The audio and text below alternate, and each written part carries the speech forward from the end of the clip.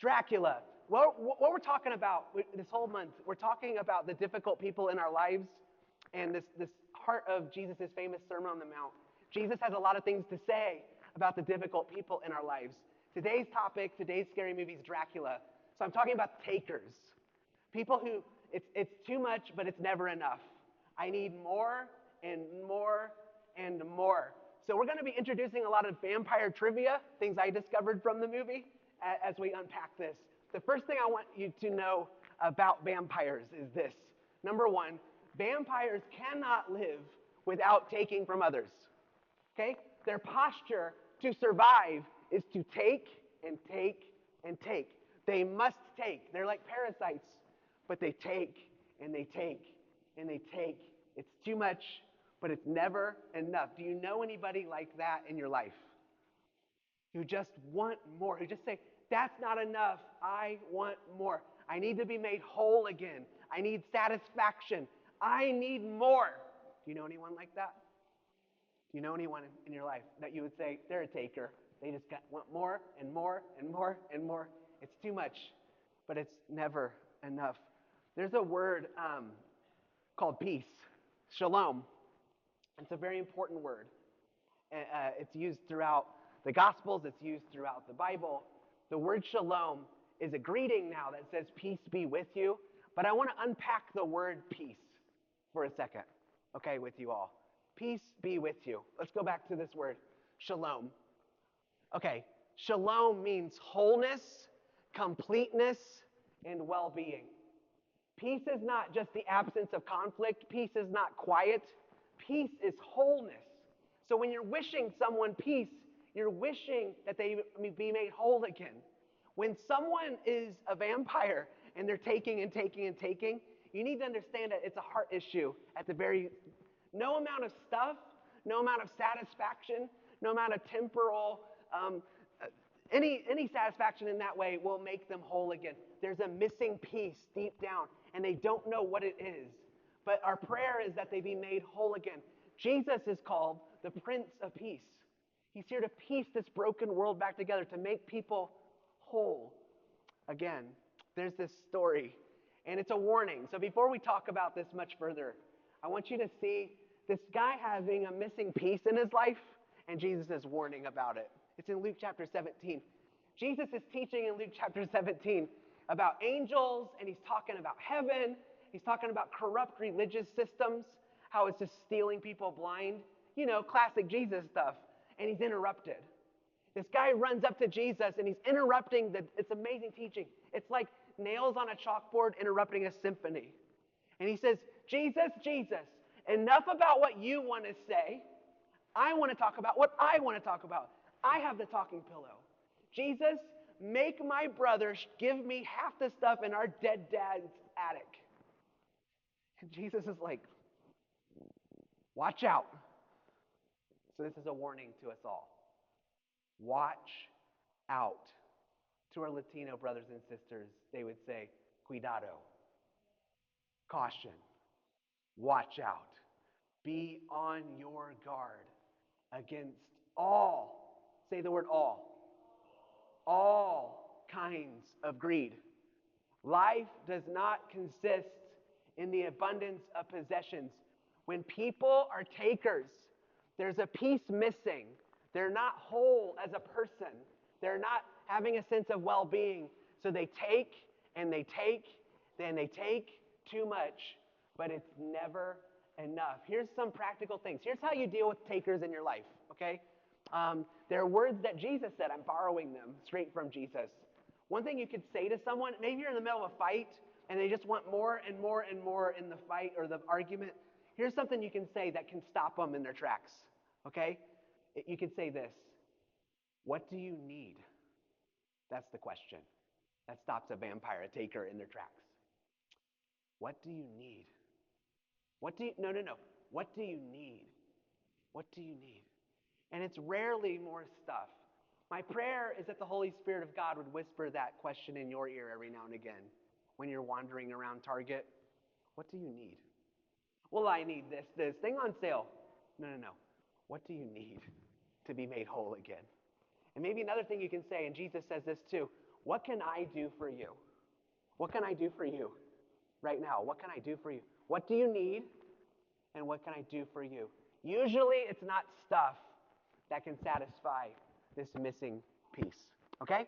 Ready to talk about more vampire trivia? All right, here's the other one. Vampires have no reflection. Did you know that? That's amazing. That's amazing camera work in 1931 or whenever that movie was. The vampire has no reflection. And the same is true with us. I'm not just talking about the takers in your own life. I'm talking about when we put our vampire hats on and we become takers. This is not just a sermon on how to deal with the takers in your life. It's how to avoid becoming one. Okay? So we need to have some real self-reflection here, don't we? We need to really be, if we're going to be people of peace, we need to really be reflective and going, okay, what's the peace missing in my heart? I need to be made whole again. Why am I in this posture of taking or hoarding? Why am I doing this? Okay? Sound like a plan? Okay, here's what Jesus says about the takers in your life. He says, if anyone wants to sue you, okay, that's a clue, sue you to take your shirt, hand over your coat or cloak as well. If anyone wants to sue you, take you to court to take your shirt, hand over your coat as well. This is, I believe, the origin of the phrase, the shirt off your back, okay? So I want us to kind of take a time machine and understand the culture a little bit better, what he's talking about. I think you're going to find a lot of similarities with our culture today, okay? So the world Jesus is speaking to when he says, if someone sues you to take your shirt, hand them your coat as well, it's this world. So I just want to talk about this hierarchy. How's my artwork, by the way? Thanks. All right, I'll take that applause. I'll take it. All right, so here we got Caesar. Caesar controls the known world. Caesar is the king over the entire known world, the leader of Rome. He runs the military. Most powerful man on earth. He's the biggest one by far. Okay? Caesar was, Rome had, by the time of Jesus, had conquered that entire region, and they controlled every aspect of their society. There was no Ben Franklin. There was no Thomas Jefferson. There is no separation of church and state. Let's be crystal clear here. The Romans infiltrated every aspect of life, including religious life. Every aspect of life was controlled by Rome. Everyone was under the thumb of the emperor in Rome. Next to the Caesar, so see how the Caesar's frowning? And see how the king next to him is happy? That's not Jesus, by the way. No, there's a king that was installed by Rome that worked in conjunction with the Roman governors to rule the people. And the king was supposed to be of the people so the people would not revolt. Yet, we'll find out in a little bit, the king was actually a wealthy landowner that kissed the Roman ring and bowed down to Caesar and was working in cahoots with Caesar. So it looks like he's representing the people, but he's only representing his own interests and the interests of Caesar. Okay? Oh, but he's one of us. No. King Herod is not one of you. He might look like you, but he is not one of you. Okay? Yes, and I want to follow this slide now. Because it's really a wealthy landowner that becomes a king, serving his own interests and the interests of Caesar. And they're like, he's one of us. No, he's only representing his own interests. Are you a part of a system currently where you have representatives that are supposed to look out for your interests, but they're only enriching themselves and they're in cahoots with the empire? Do you know anybody like that? Okay. Next to Monopoly guy is a judge. Now, I put judge and like priest/preacher together, and because back then in their culture, they were right next to each other. They were called the Sanhedrin. This is the court, but it's made up of the religious leaders and the priests, okay, that ran the temple system. The temple system before Rome arrived was a grain silo that would help feed the poor. But by the time of Jesus, it had been so corrupted that they ran out of grain, and instead were using the sacrifices of worshipers to turn them into money and then use the money to enrich themselves and the Roman food chain. Okay? So the temple's funding Roman wars and enriching the priests. The Romans would actually handpick the high priest. Okay? So there's no just courts, there's no just religion in the temple, there's no just king, there's no just Caesar. They're all in cahoots and they're all conspiring against the poor people. That's why Jesus comes into the temple and he throws the tables upside down. We got any table flippers in the room? He goes into the temple and it's like, my house, my Father's house is to be a house of prayer, and you have corrupted it into a den of thieves, and you're robbing people blind. You see why they killed him a couple days later? This system did not work for people at all, and they're all in cahoots. So if you had a calamity, where would you turn in this system? Where would you turn? What would happen? Well, you used to go to the temple and you can't anymore. And now I want to paint a picture. Okay, this is a common farm. Again, the artwork's just stellar. So this is like a farmer guy. He's got a chicken, he's got a cow, he's got a donkey to travel around, and he's got some kids with palm branches. Kids, flannel graph children on Google only have palm branches, unfortunately. He's got a house, he's got some cheap lawn chairs, he's got some nice furniture, he's got a spouse. It's lovely, lovely. Okay, what happens though if he goes into a calamity? What happens if his crops or his livelihood don't come in? What happens? There's no insurance. What do you do? Go back to the picture. Sorry, I'll get there in a second. What happens? You used to be able to go to church and get some grain to help your family be whole. Now you can't anymore. So now you're beholden to rich landowners aspiring to be the next Herod, and you're in the system. It's a trap. And they want your land, they want your livelihood, they want your farm to fuel this whole system. And so you're kind of at a loss, but there's nowhere else to turn. So you sign a deal with the devil to say, hey, I'm willing to work extra for you to pay off the debt if you make my family whole for this season. That's the thing, okay? I want to talk about payday loans for a second. Something that's kind of unfamiliar to Vermonters, but I'm a flatlander, and I come from the land without hills and mountains, and the land of payday loans and potholes and Dollar General stores. I come from a land that's on fire, and it's a mess. This is a billboard outside my home city of Indianapolis, and it's funny. Have you noticed what it's called? It's called Checkmate Payday Loans. Okay, that's ominous, isn't it? So when you get in a pinch in Indiana, you can go to a loan shark, you can go to a payday loan, and you can put your car up as collateral. You can get a couple $100 to hold you over. That's what you can do. But the interest rate and the fine print is insane. And then people end up losing everything because they've signed their life away to payday loans. And when you're at your wit's end paying these crazy payments for just a little bit to get out of a bind, what happens after that is they say, you want another payday loan? Because we'll cover the last one. Did you know this, that in 2001, Vermont outlawed these people? Amen. Yeah. Do you understand how good you have it, Vermont? You don't have billboards and you don't have payday loans. You know how much further ahead you are than most of the rest of the country? Because you don't have it. All you would need to do is shut your TV off and your phone off, and you got it made. You are so much. I can't tell you how terrible payday loans are. When we first got married, we needed one to change a tire. Okay? I was too proud to ask my parents for help, so I wanted to get a new tire. Okay? The tire cost $400. We did a payday loan in Indiana. We were paying on that for 5 years. And I think it ended up being $1,200 that we ended up paying them over the course of 5 years for a $400 tire. That's horrible. That's horrid. Okay.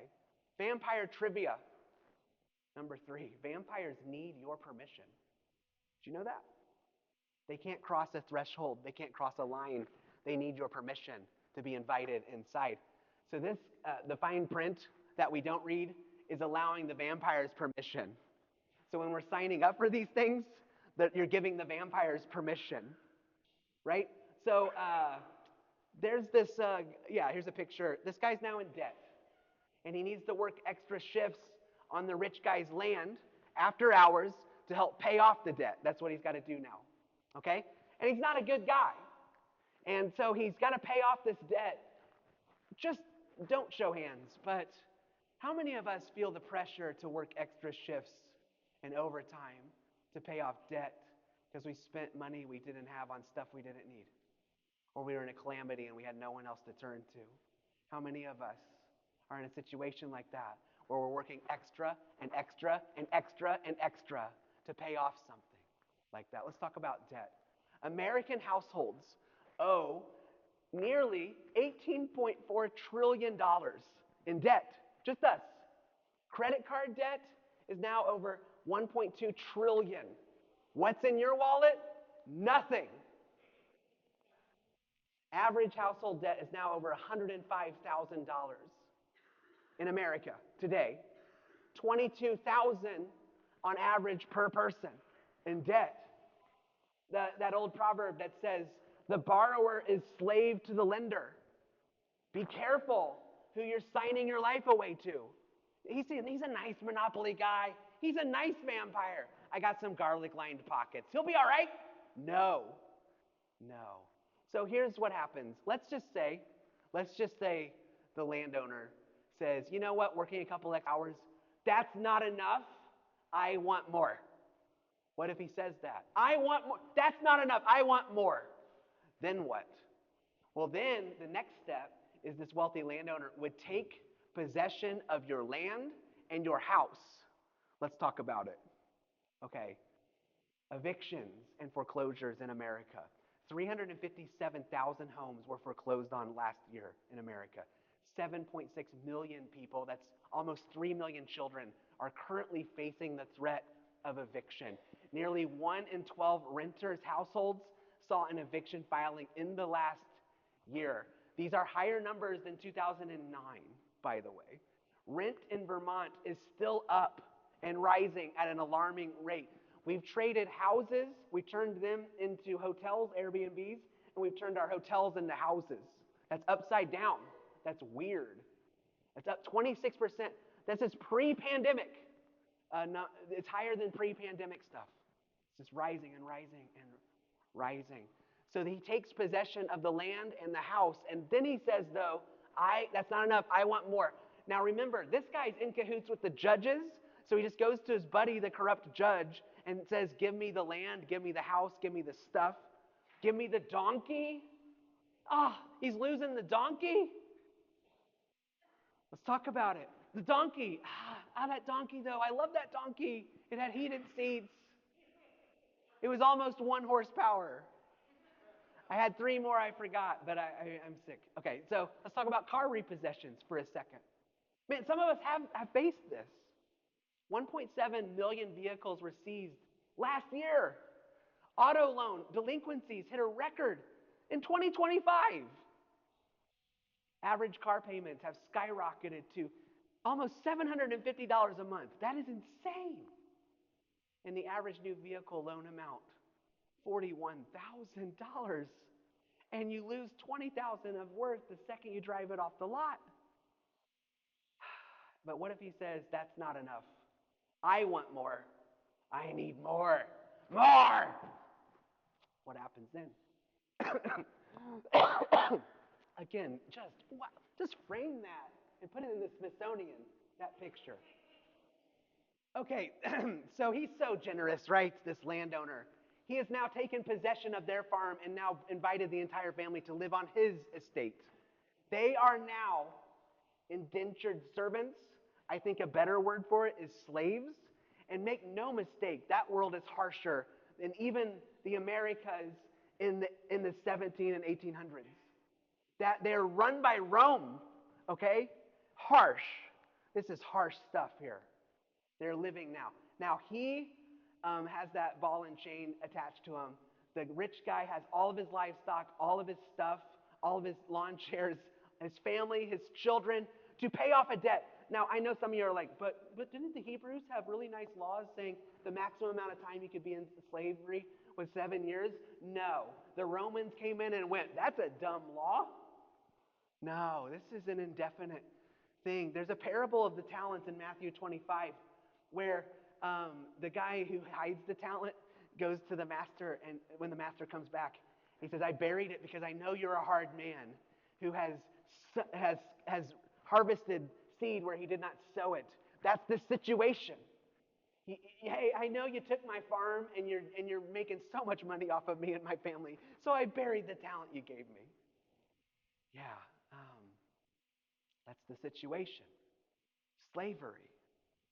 And some of us feel trapped like that. But what if the wealthy landowner says, you know what? Even though you're living on my property as slaves indefinitely, that's not enough. I still want more. What happens if they say that? That's not enough. I still want more. Give me more. I want the stuff on your back.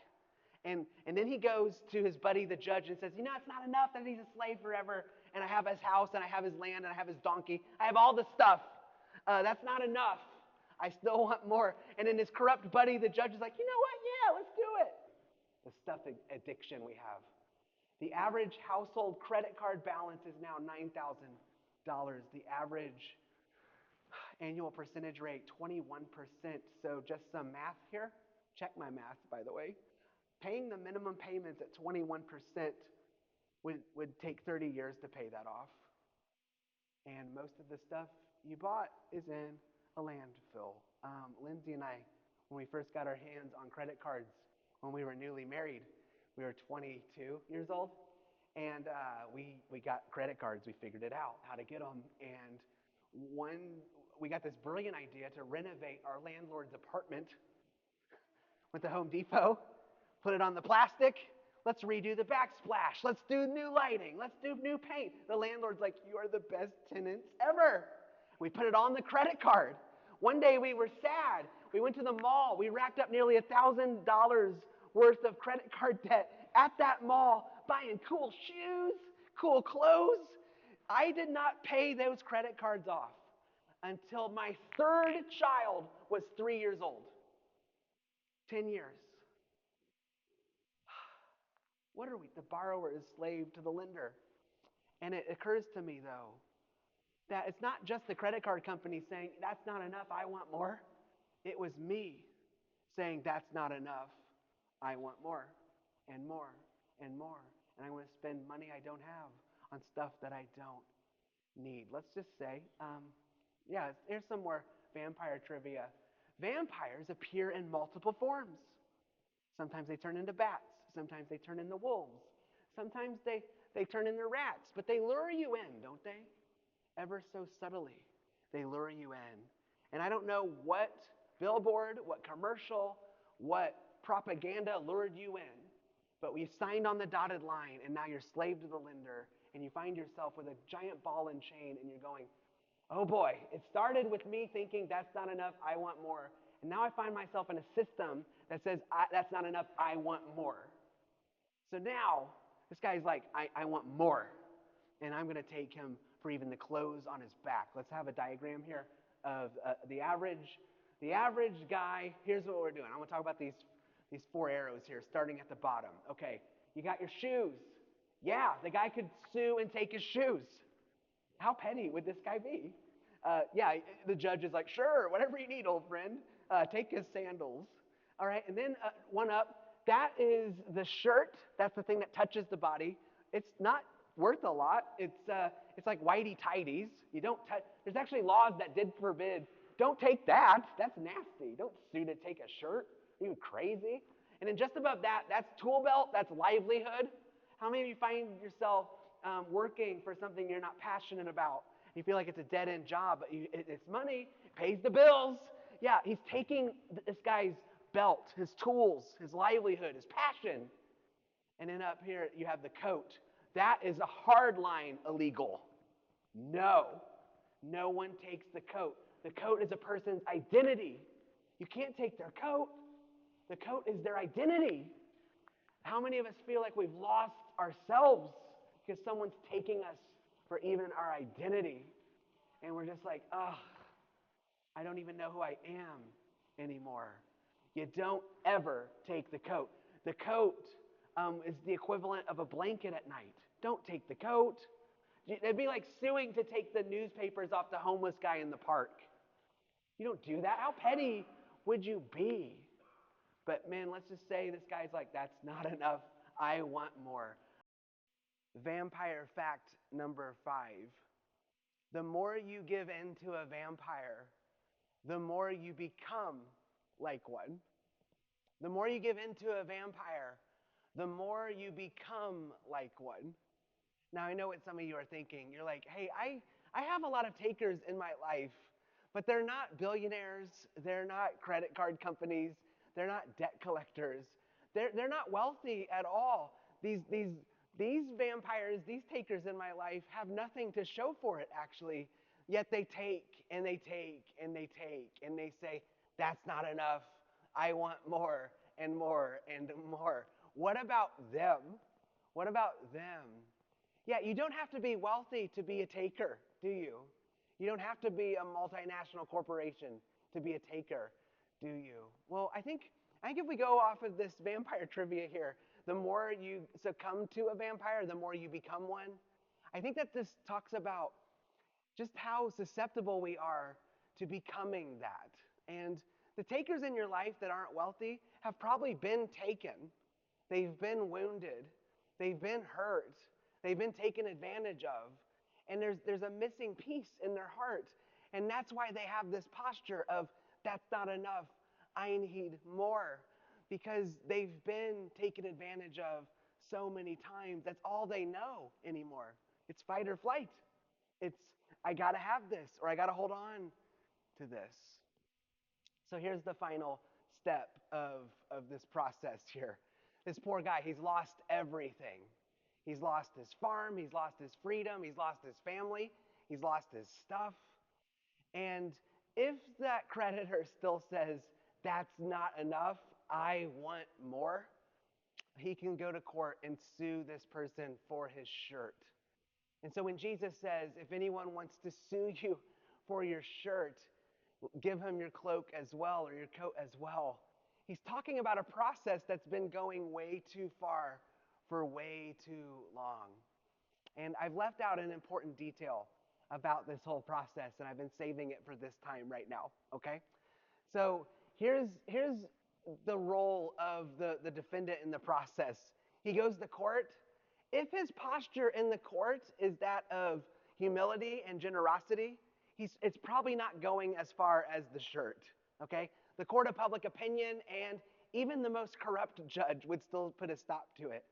So if the creditor is like, hey, I've taken your freedom, but I want more. I want your farm. I want your house.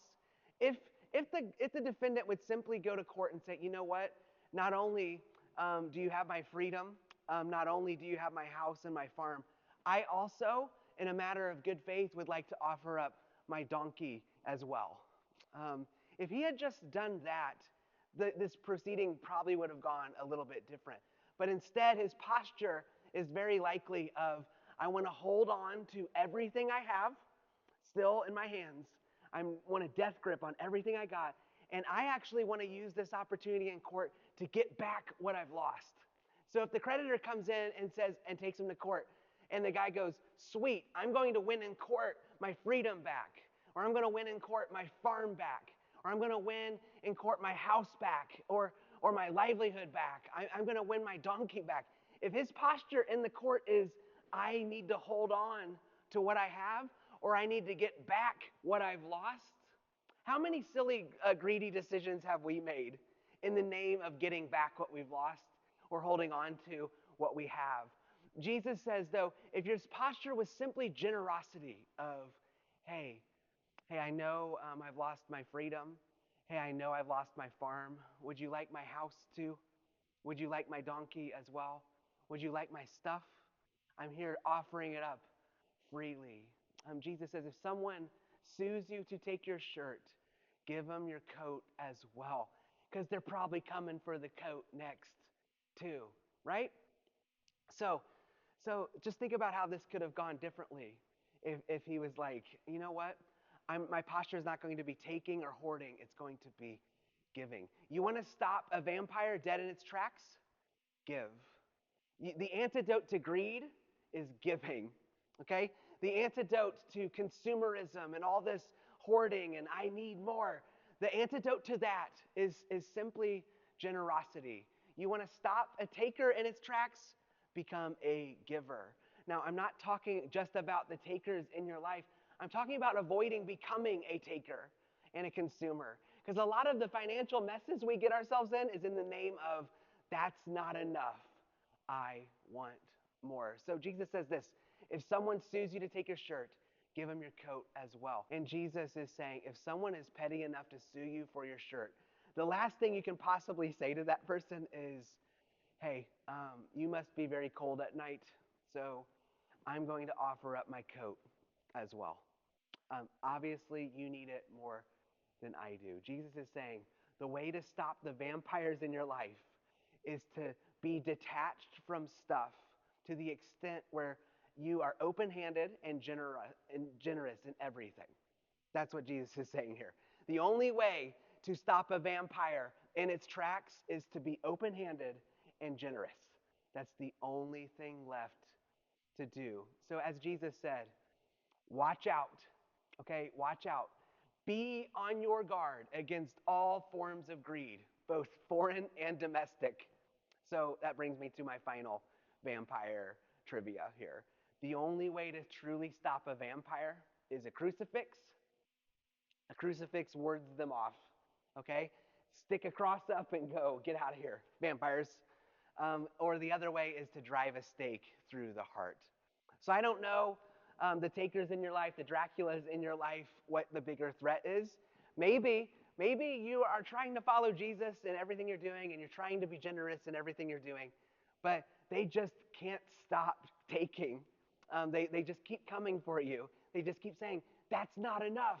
I want more, right? Well, the only way to respond to them is to follow Jesus' example of sacrificial love, the cross, and you can ward off these vampires in your life by simply responding with generosity. Another thing, maybe you've found out today that a lot of the financial calamity in your life or the issues with takers in your life is that you, in fact, have given into these tendencies and you're not only swimming in this culture of consumerism and greed, you're a part of it and you've given into it, you've succumbed to it. Well, the only thing that can stop that is to simply drive the stake through the heart and maybe even cut to the heart today. And maybe Jesus is asking you today, what do you need? What do you need? And how can I help? All right, what can I do for you? There's a missing piece in your heart you've been trying to fill with stuff, and you've been saying, that's not enough. I want more. And Jesus is saying, you need something that can't be filled by a catalog or a credit card. You need something more than that. You need peace. So Jesus is called the Prince of Peace. He's here to say, I want to make you whole again. All right, and I want to make sure you have everything you need and you realize that he's here for you and he loves you and he wants you to be free of these crazy tendencies our culture has. And if you're there saying, it's not enough, I need more, my invitation to you today is, have you tried Jesus? Have you tried Jesus? We've tried it the other way. Have you tried Jesus? And have you tried giving your heart and putting it in Jesus' hands? Have you tried to see what he can do with your life? Have you tried to respond to him when he says, what do you need? So I want to invite you to just sit in that. Whether you're here trying to ward off the vampires in this crazy culture, or if you're here trying to avoid becoming one, know this, Jesus offers that solution. So try giving your heart to Jesus today, giving your life to him and following in his footsteps. I love you guys. Thank you for tuning in today. Again, we meet here every Sunday morning at 9:30 a.m. We'd love to see you in person sometime. But stay safe out there. There's a lot of vampires. So not only do we need to ward them off, we need to avoid becoming one. Grace and peace to you all. We'll see you right back here next week.